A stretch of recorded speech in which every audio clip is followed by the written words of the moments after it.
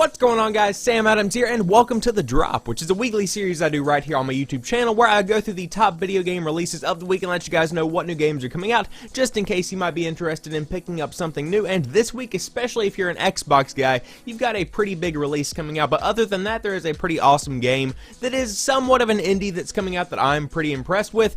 There is a pretty awesome rally racing game, or I suppose rally is the correct term for it, coming out that's getting some pretty good reviews.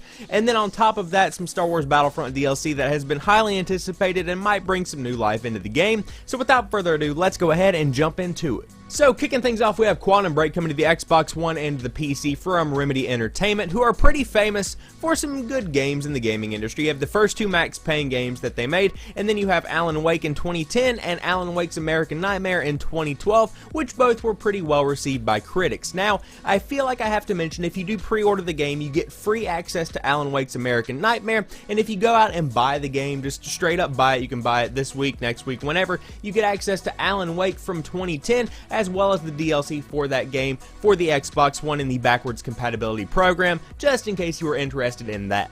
However, what is going on in Quantum Break itself? Pretty much time is broken. Something has happened and time is not working correctly, and you, Jack Joyce, have found yourself the user of some incredible new powers that you did not expect to come across, which pretty much allow you to control time. Of course, there are going to be a lot of slowing down time sequences within this game, and you're pretty much combining the use of your powers with some interesting gunplay to try and save the world before time itself literally is broken beyond repair.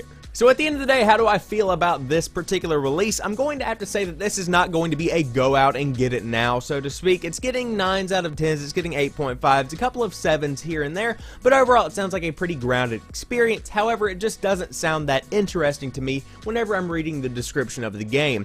With that being said, the idea of time manipulation within the game is something that I feel is a little bit less explored than it really should. I think that manipulating time and using it in accordance with some gunplay is a great way to experience a game. It adds a lot to the gameplay itself, and it sounds like a pretty fun time, so this might be one that I pick up later on down the line. However, if you were interested in it as an Xbox One exclusive that's kind of headlining the greatest lineup in Xbox history, I believe it's the campaign, then you might want to pick up Quantum Break that, like I said, is coming to the Xbox One and PC this week.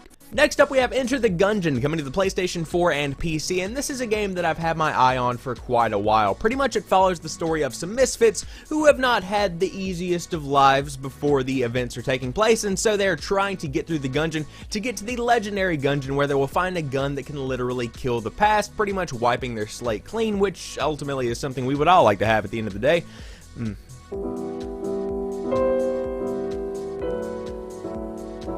Now, the game does feature hand-drawn and procedurally generated levels, so you're going to be getting a beautiful and unique gameplay experience every time you sit down to play.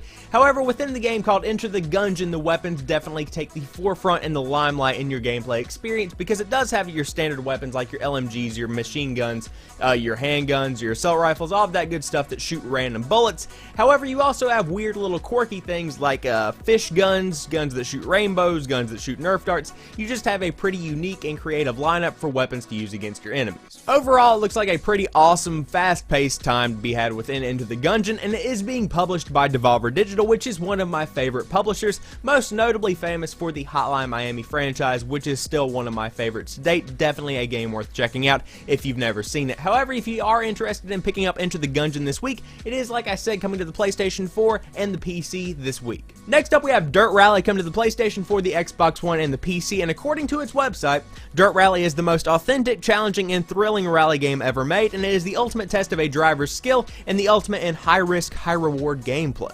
Now, within the game, there are several different ways to play. You can do the championships, which are pretty much what you would expect from a racing championship. You start from the start and you end at the finish line. And then there are also challenges in the daily, weekly, and monthly sections of the game, so you can pretty much just complete as many challenges as you want, and there are always new challenges to come back and complete every single day, so that's a nice way to keep the gameplay fresh. Now, there are also rally leagues, which are pretty much the feature of the online side of the game. So pretty much if you have friends in real life that want to play DiRT Rally online, online, you can join a rally league and compete against other leagues or yourselves, which is a pretty awesome experience and a pretty awesome feature to have. However, if you did want to meet some friends online and join a rally league as well, you can do that because you can join as many leagues as you want, which is pretty awesome for the developers to leave those options open for the player, and they don't really get locked down to one specific league. It pretty much just lets them play with whoever they want any time of the day. Overall, there are 6 rallies with a total of over 70 stages and 39 famous rally cars to test out over the course of your gameplay experience, and it's great for fans of rally car racing as well as those looking for a pretty unique racing experience or fans of the DiRT games in the past. It's getting pretty good reviews, like I said, and that's kind of surprising considering it's not a Gran Turismo or a Forza, so this one might be worth checking out if you're looking for a new racing experience on the PS4, Xbox One, or PC this week. So now for those interested in a little bit of additional content for Star Wars Battlefront, the first paid DLC comes out this week in the form of Star Wars Battlefront Outer Rim, which does bring a good bit to the game. Now as far as heroes go, there are 2 new heroes in the form of Greedo, who is famous for shooting last, and Nien Nunb, I believe I said that correctly, who is Lando's co-pilot in some of the original Star Wars movies. So that is a pretty cool addition to the game. However, I can't help but wonder, why didn't you just throw Lando in there? Why didn't you just throw any of the other notorious heroes in there? Why these 2? I don't really understand, however, that's just my personal opinion.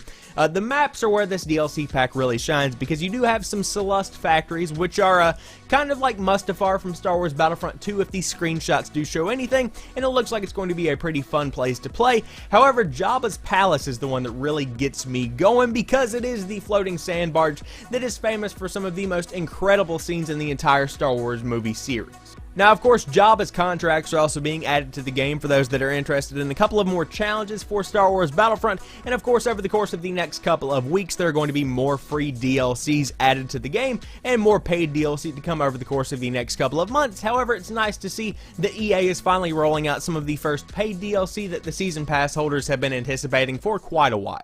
So there you guys have it. I hope you've enjoyed this video. If you did, drop me a like down below and comment what games you are picking up this week, if anything. Have you been looking forward to that new Star Wars DLC? Are you a huge fan of the DiRT franchise, or perhaps Enter the Gungeon is something that is right up your alley? Let me know in the comment section down below, and if you are new to the channel or you've never seen any of my other videos, I do upload new stuff like 3 or 4 days a week, and I stream live on twitch.tv/PrettyChillGuy311 every single Saturday night. So check all of that down in the description box down below. But as for right now, I want to thank each and every one of you guys for watching this particular video. I'll talk to you soon. Peace.